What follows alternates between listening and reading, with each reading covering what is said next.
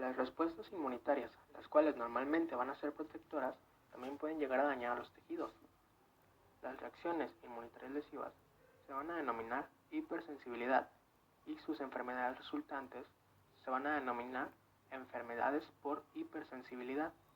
El término hipersensibilidad se originó a partir de la idea de que las personas que presentan respuestas inmunitarias contra un antígeno van a estar sensibilizadas frente al mismo, de tal modo que las reacciones patológicas o excesivas van a contribuir a una manifestación de un estado hipersensible.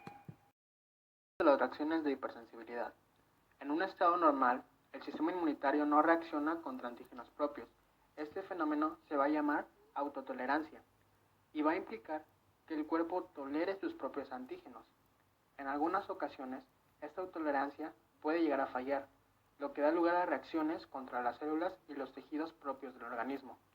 En la autoinmunidad vamos a tener reacciones contra antígenos propios y las enfermedades causadas por esta autoinmunidad se van a denominar enfermedades autoinmunitarias. En las reacciones contra los microbios va a haber un daño a los tejidos durante el proceso de erradicación de alguna infección. En las reacciones contra antígenos ambientales va a haber una respuesta inmunitaria inusual a antígenos no infecciosos. Los sujetos que tienen reacciones contra antígenos ambientales tienen una predisposición génica a realizar respuestas inmunitarias inusuales a antígenos infecciosos a los cuales todas las personas están expuestas, pero contra los cuales solo algunos reaccionen. Por ejemplo, el polen o los ácaros del polvo. Clasificación de las reacciones de hipersensibilidad. Las reacciones de hipersensibilidad pueden subdividirse en 4 tipos en función del mecanismo inmunitario principal responsable de la lesión. La primera es la hipersensibilidad inmediata o de tipo 1, también conocida como alergia. En este tipo de hipersensibilidad, la lesión se debe a los linfocitos Th2, los anticuerpos IgE, los mastocitos, los cuales van a liberar mediadores que van a actuar sobre los vasos sanguíneos y el músculo liso, así como también citocinas que van a reclutar células inflamatorias y las van a activar. Y también van a participar otros leucocitos. Los trastornos mediados por anticuerpos o hipersensibilidad de tipo 2 se van a deber a anticuerpos IgG e IgM que se van a unir a antígenos fijados en la superficie celular o tisular. En esta hipersensibilidad, los anticuerpos van a dañar a las células al promover su fagocitosis y también van a dañar los tejidos mediante la inducción de la inflamación. En los trastornos mediados por inmunocomplejos, o también llamado hipersensibilidad de tipo 3, los anticuerpos IgG e IgM van a estar unidos a antígenos, esto habitualmente en la circulación, y van a formar unos complejos de antígeno-anticuerpo que se van a depositar en los lechos vasculares y de tal modo van a inducir a la inflamación. Y en los trastornos por hipersensibilidad mediados por linfocitos T o de tipo 4 se van a deber principalmente a respuestas inmunitarias en las que los linfocitos T, principalmente de los subgrupos Th1 y Th17, van a producir citocinas, las cuales van a inducir inflamación y van a activar neutrófilos y macrófagos, los cuales van a ser responsables de la lesión tisular. En esta tabla hay una descripción más detallada de los mecanismos de las reacciones de los distintos tipos de hipersensibilidad. La hipersensibilidad inmediata o de tipo 1 es una reacción tisular que ocurre rápidamente tras la interacción del antígeno con anticuerpos IgE unidos a la superficie de los mastocitos. Esta reacción va a comenzar con la entrada de un antígeno que se llama alergeno, porque va a desencadenar la alergia. La secuencia de acontecimientos en las reacciones de hipersensibilidad inmediatas. El primer paso de la secuencia va a ser la activación de linfocitos Th2 y la producción de anticuerpos IgE. Los alergenos se pueden introducir por inhalación, ingestión o inyección. La vía de entrada, la dosis y cronicidad de la exposición al antígeno y el trasfondo génico del huésped van a contribuir a las fuertes respuestas de Th2 a los alergenos.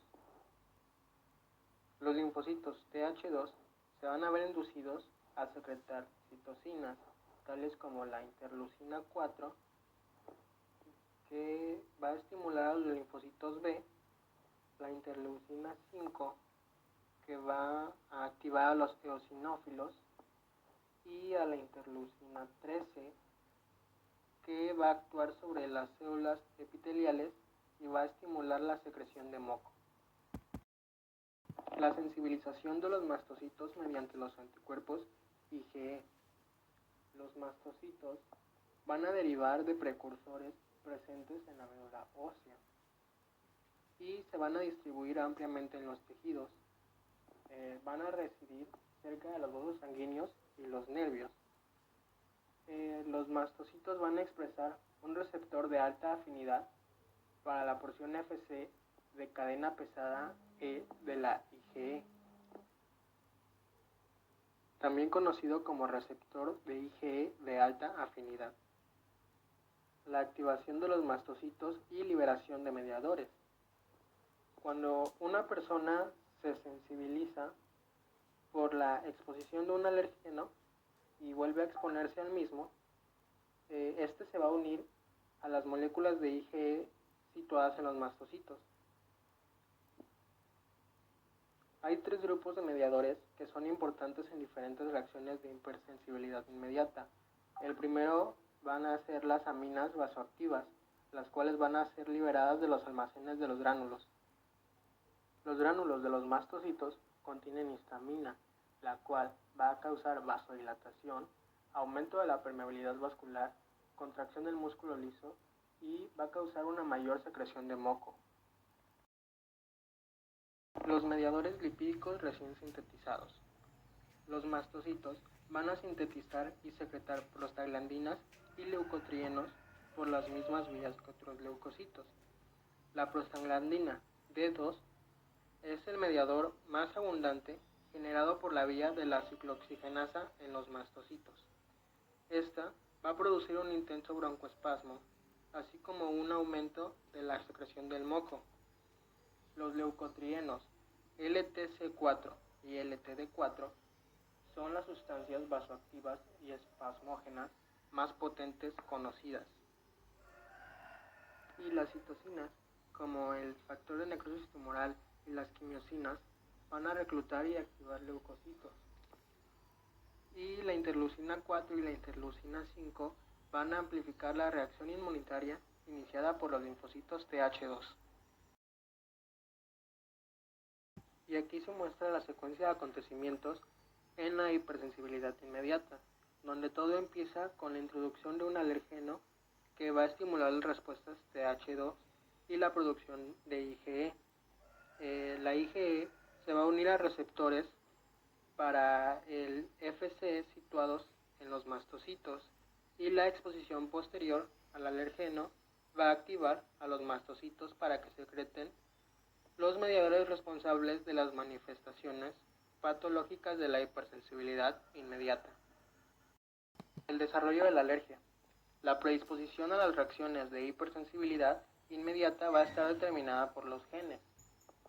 La atopia es la tendencia a sufrir reacciones de hipersensibilidad inmediata.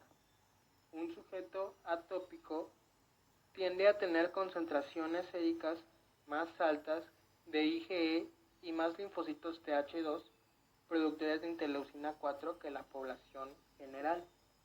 Los genes que están implicados en la predisposición al asma son los genes que codifican las moléculas del HLA, que pueden conferir reactividad inmunitaria a alérgenos particulares, y un componente del receptor de alta afinidad de la inmunoglobulina E y ADAM33, que pueden controlar las respuestas TH2, citocinas y una metaloproteinasa que puede participar en la reestructuración de los tejidos en la vía respiratoria. La incidencia de muchas enfermedades alérgicas está aumentando en los países desarrollados y parece relacionada con un descenso de las infecciones durante las fases tempranas de la vida. Esto nos lleva a la hipótesis de la higiene, que dice que la exposición al principio de la infancia e incluso prenatal a antígenos microbianos va a educar al sistema inmunitario de tal forma que se evitan respuestas patológicas posteriores a alergenos ambientales frecuentes. De este modo, demasiada higiene en la infancia puede aumentar la alergia en fases posteriores de la vida. Manifestaciones clínicas y patológicas. La reacción desencadenada por la IgE tiene dos fases bien definidas. La primera va a ser la respuesta inmediata, la cual se va a estimular por el contenido del gránulo del mastocito y por los mediadores lipídicos, y se va a caracterizar por vasodilatación, fuga vascular y espasmo del músculo liso. Y la segunda reacción de fase tardía, la cual va a estar estimulada por citocinas, se va a caracterizar por inflamación, por destrucción tisular y por daño de las células epiteliales mucosas. Las células inflamatorias dominantes en la reacción de fase tardía son los neutrófilos, los cuales van a estar reclutados por quimiosinas, los eosinófilos, que van a ser reclutados por la eotaxina y quimiosinas liberados en el epitelio y van a producir proteína principal básica y proteína catiónica del eosinófilo y linfocitos y los linfocitos TH2. Y en esta imagen se pueden diferenciar las fases de las reacciones de hipersensibilidad inmediata. En la figura en medio, que es la reacción inmediata, se caracteriza por una vasodilatación, una congestión y un edema. Y en la imagen de la derecha, la cual es la reacción de fase tardía, se caracteriza por un infiltrado inflamatorio que va a ser rico en eosinófilos, neutrófilos y linfocitos T. Una reacción de hipersensibilidad inmediata puede ocurrir como un trastorno sistémico o una reacción local. La anafilaxia se va a dar por una exposición sistémica a los antígenos proteicos o los fármacos. Al cabo de unos minutos de la exposición en un huésped sensibilizado, aparecen prurito, urticaria y eritema cutáneo, seguido de una profunda dificultad respiratoria, acompañada de broncoconstricción pulmonar e hipersecreción de moco. Además, se va a dar una afectación de la musculatura de todo el sistema digestivo, con vómitos, dolor cólico abdominal y diarrea. Si no se interviene inmediatamente, puede haber una vasodilatación sistémica con una reducción de la presión arterial o shock anafiláctico, y así el paciente puede progresar a un colapso circulatorio y la muerte en unos pocos minutos. Enfermedades mediadas por anticuerpos o hipersensibilidad de tipo 2. Los trastornos por hipersensibilidad mediados por anticuerpos tipo 2 se deben a anticuerpos dirigidos contra antígenos diana situados en la superficie de las células u otros componentes tisulares.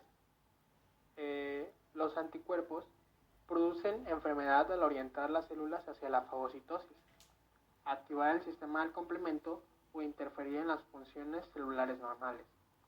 Los anticuerpos responsables suelen ser anticuerpos de elevada afinidad que son capaces de activar al complemento y de unirse a los receptores para el FC de los fagocitos. En esta tabla se muestran ejemplos de enfermedades mediadas por anticuerpos, así como su antígeno diana, sus mecanismos y sus manifestaciones clínico-patológicas. Ozonización y fagocitosis. Cuando las células circulantes, como los eritrocitos, están cubiertas con autoanticuerpos, con o sin proteínas del complemento, las células se van a convertir en dianas para ser fagocitadas por los neutrófilos y los macrófagos. Estos fagocitos expresan receptores para las colas Fc de los anticuerpos IgG y para los productos de escisión de la proteína del complemento C3. La destrucción y la fagocitosis celular mediadas por anticuerpos se producen en las siguientes situaciones clínicas. En las reacciones transfusionales, en las que las células de un donante incompatible reaccionan con anticuerpos preformados del huésped. En la enfermedad hemolítica del recién nacido, en la que anticuerpos IgG contra los eritrocitos procedentes de la madre atraviesan la placenta y destruyen los eritrocitos fetales. En la anemia hemolítica autoinmunitaria, agranulocitosis y trombocitopenia, en la que los sujetos producen anticuerpos frente a sus propias células sanguíneas, y en ciertas reacciones a fármacos. Y la inflamación, en la cual los anticuerpos unidos a los antígenos celulares o tisulares activan al sistema del complemento por la vía clásica.